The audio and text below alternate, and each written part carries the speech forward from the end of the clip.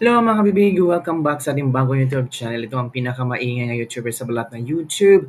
Ako si Kabibig, maglabag-labag na with evidence. So eto na kabibig. PRRD interim release, posibleng mangyari sa July na? Naku po, that's good news at sana we're praying na sana ma-approve ang interim release ni Pangulong Rodrigo Roa Duterte. Ito ha, may pasabog si Attorney Nicholas Kaufman. Nako, sinopalpal itong si Cristina Conte. Parang tinawag niyang abogadang chismosa. Anong nangyari? Oy, bakit naging abogadang chismosa? Nako, si Conte talaga. Parang international lawyer din ito, no? Si Conte, no? Pero nasupalpal siya ni Attorney Nicholas Kaufman. Si Attorney Nicholas Kaufman ang may alam sa kung ano ang nangyayari sa ICC sa paggulong ng kaso ni Pangulong Rodrigo Roa Duterte. Yung iba kay akbayan, ang teacher daw ay nagpasa ng, ang tawag doon, sa kamara na pigilan ang interim release ni Pangulong Duterte. Na paano? ICC, kamara? So don't tell me ang ICC makinig sa kamara. Or ang kamara, o kontrolin nila ang ICC. Na, ICC, pakinggan nyo kami ha. Magsusumiti kami ng ano dito, ng papeles na kontrahin namin yung interim release nyo. Ay, so it means mas powerful pa ang kamara, mas powerful pa ang akbayan at ang act teacher. Wow, kabataan, I think kabataan party list yata yun. Kalerke naman sila, no? So, ganun-ganun ang mga nangyayari ngayon kabibig, pero good news lang ito kabibig na posible na malaman na natin kung ano ang resulta, kung sasang-ayunan ba ng ICC Chamber na magkaroon ng interim release si Pangulong Duterte. Naku po, ito kasi si ito yung updates from The Hague from Attorney Nicholas Kaufman. At i-summarize natin ha. Attorney Kaufman said that PRRD is in good spirits. Pero sabi ni Pulong na nangangayayat talaga si Pangulong Duterte at gutom. Gutom siya, nangangayayat kasi hindi niya gusto yung mga pagkain doon. Attorney Kaufman said he trusted the decision of the judges not to disqualify the two judges, adding he has no reason to judge their integrity. Tama lang naman. O, di ba? Si Attorney Kaufman hindi siya pwedeng makipag-away. Di ba? Attorney Kaufman is confident that the case won't proceed to prosecution. Oh, confident ha? Next. Attorney Kaufman is hopeful that the issue of the interim release will be decided within a month. Nako, so within this July, posibleng meron ng desisyon ng interim release ni Pangulong Duterte. Posible si Pangulong Duterte ay lalabas na sa ICC detention. Attorney Kaufman stands by his earlier pronouncement on the prosecutor's non-opposition to the interim release. Ooh. Attorney Kaufman won't comment on the Belgium or Latin America as possible places for former President Rodrigo Duterte interim release kasi pinapalabas ni Conte na sa Belgium daw ay parang hindi tatanggapin si Pangulong Duterte. Meron pang Australia na hindi tatanggapin si Pangulong Duterte. Meron pang Latin America, sabi ni Boyeng Remulla. So, ang daming mga haka-haka ba? Ang daming mga sinasabi nila na ganito, na ganyan. Paano na nalaman? May connection sila sa ICC. Is Attorney Kaufman nga, ayaw niya magkomento hinggil doon. Na siya ang nakakaalam. Siya ang nandun. Siya ang may alam sa kaso. Pero itong si Conte, nagsabi na ay, si Digong, ay nako, hindi tatanggapin ng Belgium. Si Boyeng Remulla din, Latin America daw, Argentina ba yung mga pangalan doon? Hindi tatanggapin si Digong. May isa pa dito na Australia daw, hindi tinanggihan si Digong.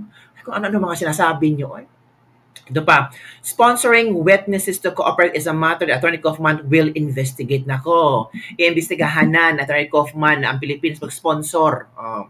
Attorney Kaufman considers PRRD's electoral victory as a rejection of the incumbent government.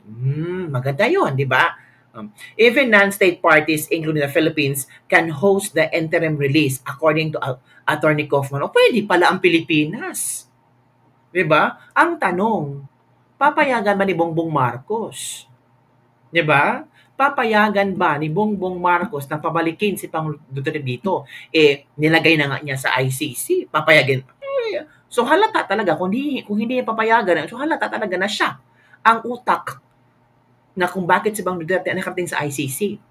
According to Attorney Kaufman, governments that are willing to receive interim release of PRD can be announced in due course. O malapit na i-announce nila.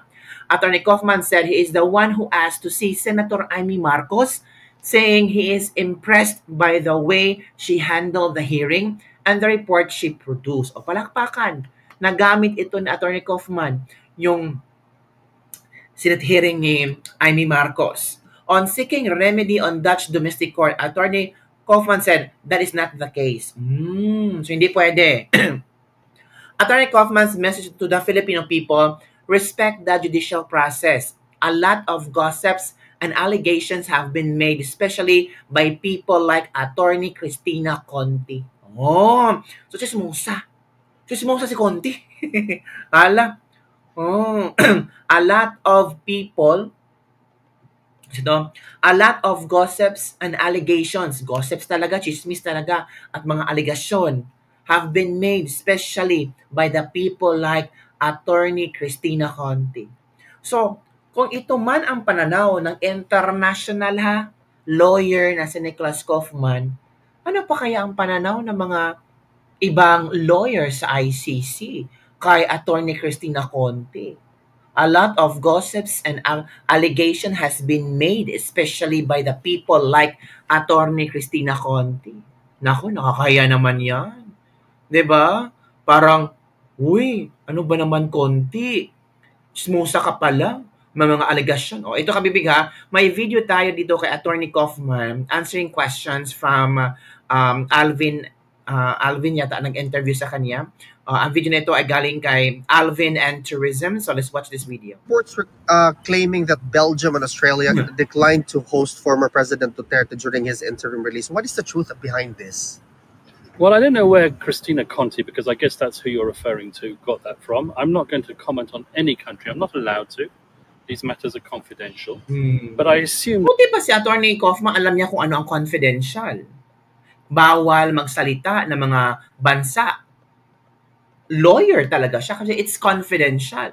Si Attorney Conti, lawyer yan ha. Siya pa nagpasimuno na hindi tatanggapin si Digong sa Belgium. Wow. So bakit alam niya? Magtanong si Kaufman, bakit alam ni Conti or bakit may info si Conti na mga ganyan? May naglabas ba ng information galing sa loob ng ICC? So mag-question ng ICC. Diba? Cristina Conti, knowing the way that she thinks, has looked at the interim release agreements at the court, has decided that Belgium, because Belgium has signed an interim release treaty, is the destination or the proposed destination for President Duterte. I'm not going to comment on that.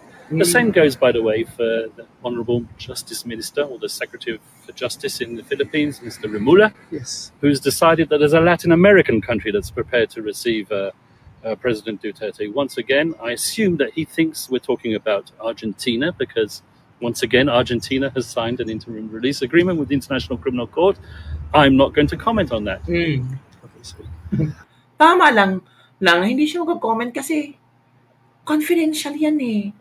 Hindi pwedeng ipagsabi mo si BP Sara nga. Alam na niya yung mga bansa na pwedeng tumanggap na sinasabing tatanggapin nila si Pangulong Duterte, pero hindi yan sinasabi kasi confidential. Kasi alam ng lawyer kung ano ang trabaho nila. Alam ng lawyer na kung if ever, of course, sabihin nila, magagulo. Diba? So sino ngayon ang chismosa? Sino ngayon ang mahilig magbigay ng mga aligasyon?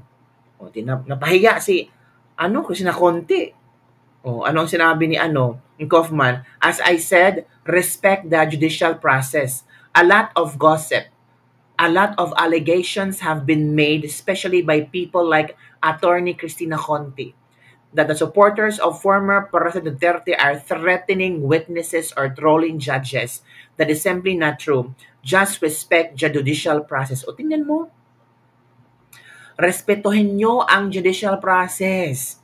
Kaya naman, ito international lawyer, nagpapakita talaga kung anong klaseng mga Anong klaseng Pinoy? Itong, nako, nakakahiya mga kabibig. 'Di ba? Parang pinagtatawanan tayo. Ano bang mga, anong klase? Ito ang komento ng ating mga, sus, konti na lang, mukha pa lang niya, sinungaling na, di ba? Baka baliktad, baka kayo ang nanakot para tumistigo lang. Hala, ha? Nobody could dictate them. It's their guilt conscience. Konti na lang utak niya, kaya chismis is life. Kaya sabi ni Chris Nilo, nakakatawa no, parang ano na, parang they tagged Christina Conti as chismosa. O, di ba? Mahilig sa chismosa. Ay sus, clear na clear si Conti, chismosa pala. O. Fake ang testigo niyan, kabahan ang mga testigo dyan. Pag fake kayo, kulong kayo dyan. Totoo naman, pag nagpa-fake kayo, na nagpapagamit kayo, kung malaman ng mga taga-ICC na binayaran kayo at fake witnesses kayo, you will suffer the consequences. Diba? Pero we're not saying na mga fake witnesses, ha? Kasi, ilan ba ang sinabi ni Boyeng? Apat? Diba? 30,000 ang biktima ng AGK? Pero bakit apat lang ang nasa poder nila ngayon? Nasaan yung third? Nasaan na yung 29,996 victims kung apat lang ang nasa poder nila ngayon? Diba? So, yun lang kabibig ang ating latest lebak-lebak for the day. Toxic sobrang ugali ni Conti. Gawain siguro nila yung mga ganyan, tas ibenta nila sa kampo ni Duterte. Hindi talaga yan matapos pag ganyan. Bilisan na nila ilabas yung mga testigo para makalaya na si Presidente Duterte from Midgeland Marfil. Nakakahiya ka, Conti, pambansang Martes ka. Feeling attorney sa ICC, hindi naman nakakahiya. Si Conti known as Queen of Gossip and a Liar. Yeah, Conti, nakakahiya ka sa pamilya mo. Sabi ni ito ang sabi ni Attorney Kaufman. Si Attorney Kaufman talaga nang sabi. Gossips and allegation by the people like Christina Conti. Diba? Ito. Yan. Nabasa nyo. Palakihan natin para basang, yan. As I said,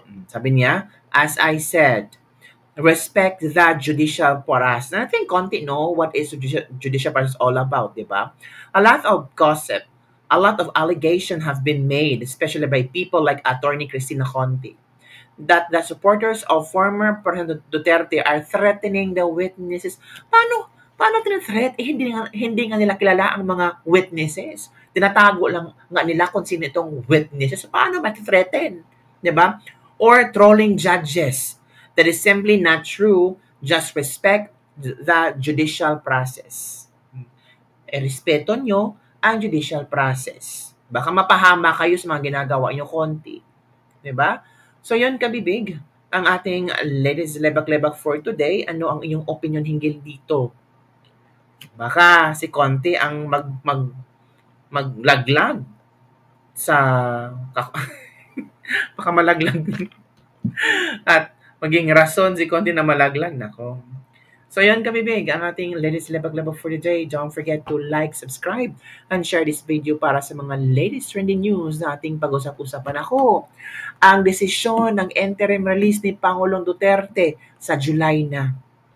I don't know kung end of the month of July, first week of July, basta within the month of July. Yan ang sabi ni Attorney Nicholas Kaufman.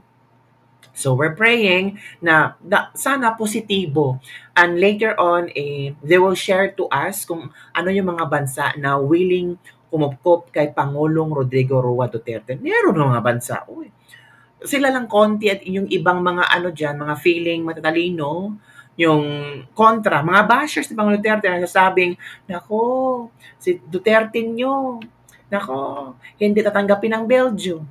Nako, ang Australia nagsalita na hindi tatanggapin si Digong. May official statement ba? Galing sa government. May statement ba ang gobyerno na nagsasabing bawal si Digong? Wala naman. Bakit kayo nagpalabas ng ganung issue? Para lang talaga masira si Digong. Diba? O ngayon, Belgium na naman. May statement ba galing sa Belgian government? Wala naman na. Sa Latin America, wala naman na. Kaya nga sabi ni Attorney Kaufman, I will not give comment regarding on those issues. Kasi ang daming chismosa at mga maling aligasyon. Yun na. Oh, don't tell me si Kaufman hindi niya i-brought up itong mga issue na ito sa ICC na tingnan niyo ito ang ginagawa nila Yung kliyente ko tahimik lang dito pero yung ginagawa ng mga katulad na Attorney Conti ang ginagawa tingnan mo.